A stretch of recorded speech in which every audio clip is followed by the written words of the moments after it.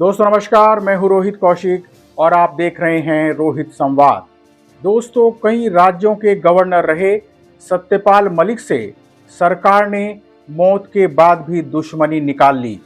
सत्यपाल मलिक को राजकीय सम्मान के साथ अंतिम विदाई नहीं दी गई।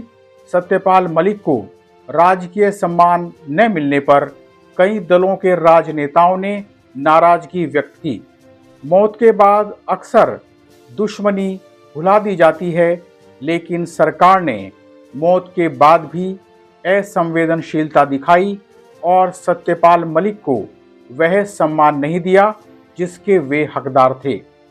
सत्यपाल मलिक के अंतिम दर्शन करने और अंतिम विदाई देने के लिए दूर दूर से उनके चाहने वाले लोग आए हुए थे।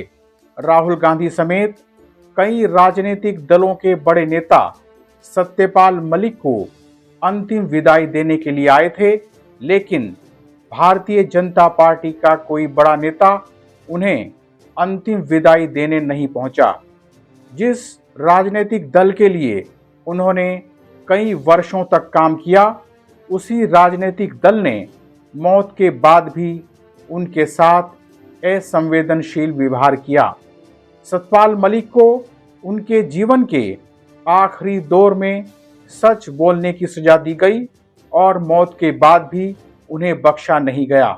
उन्हें राजकीय सम्मान न देकर सरकार ने अपनी नीयत भी दिखा दी।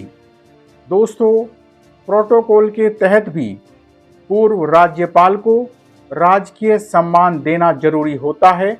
न तो सत्यपाल मलिक को गार्ड ऑफ ऑनर दिया गया और न ही किसी सरकार का कोई प्रतिनिधि वहां उन्हें अंतिम विदाई देने के लिए आया। सरकार ने अपने व्यवहार से यह दिखा दिया कि दुख की इस घड़ी में भी वह राजनीतिक पूर्वाग्रह से दूर नहीं हो सकती। अंतिम विदाई देने के लिए आए सभी राजनेताओं और आम लोगों को इस बात का मलाल रहा कि किसानों की बात करने वाले इस सच्चे नेता को राजकीय सम्मान नहीं दिया गया। मृत्यु के समय विरोधी विचारधारा के लोग भी अंतिम विदाई देकर भारतीय परंपरा को निभाते आए हैं। यही हमारे देश की संस्कृति है। धर्म और संस्कृति की बात करने वाली भारतीय जनता पार्टी क्या इस बात का जवाब दे पाएगी कि उसने भारतीय संस्कृति की परंपरा का अपमान क्यों किया? भारतीय जनता पार्टी ने उसी भारतीय संस्कृति की परंपरा को क्यों तिलांजलि दे दी जिसका नारा वह हर समय लगाती रहती है? क्या भारतीय संस्कृति सिर्फ इतनी ही है कि भाषणों में उसका नारा लगाया जाए और व्यवहारिक रूप से उसकी धज्जियां उड़ाई जाएं? दोस्तों, भारतीय जनता पार्टी की सरकार का यह व्यवहार उसका बोनापन ही दिखाता है। सत्यपाल मलिक ने सच्चे अर्थों में लोकतंत्र की लड़ाई लड़ी। जब उन्होंने भारतीय जनता पार्टी की सरकार पर सवाल उठाना शुरू किया, सरकार से सवाल पूछना शुरू किया, तो उनके पीछे सीबीआई लगा दी गई।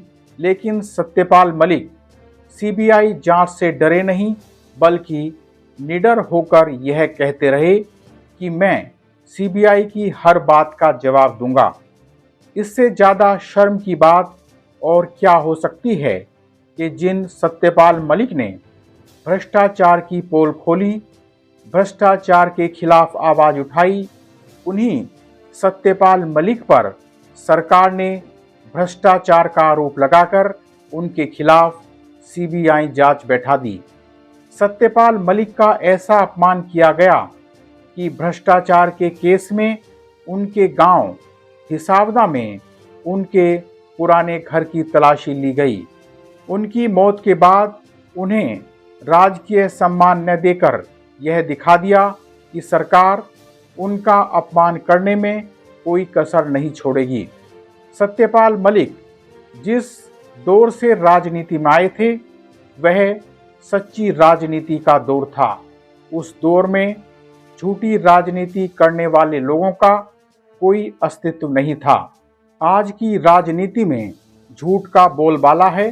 सत्यपाल मलिक अपने अंतिम समय तक इस झूठ की राजनीति के खिलाफ लड़ते रहे। इसलिए ऐसे नेता सरकार के सम्मान के भूखे नहीं होते हैं। सत्यपाल मलिक किसानों के दिलों में बसे हैं और वही उनका असली सम्मान है। 20 वर्षों से भी ज़्यादा समय तक भाजपा के लिए काम करने वाले और भाजपा के उपाध्यक्ष रहे सत्यपाल मलिक से उनके अंतिम समय में सरकार की इस बेरुखी को किसान भूलेंगे नहीं। बहरहाल आज इतना ही। आपसे विनम्र निवेदन है कि आप हमारे YouTube चैनल रोहित संवाद को सब्सक्राइब करके और हमारे फेसबुक पेज रोहित संवाद को फॉलो करके जन सरोकार की पत्रकारिता को अपना समर्थन दें। जल्दी ही मिलेंगे एक नए मुद्दे के साथ। नमस्कार।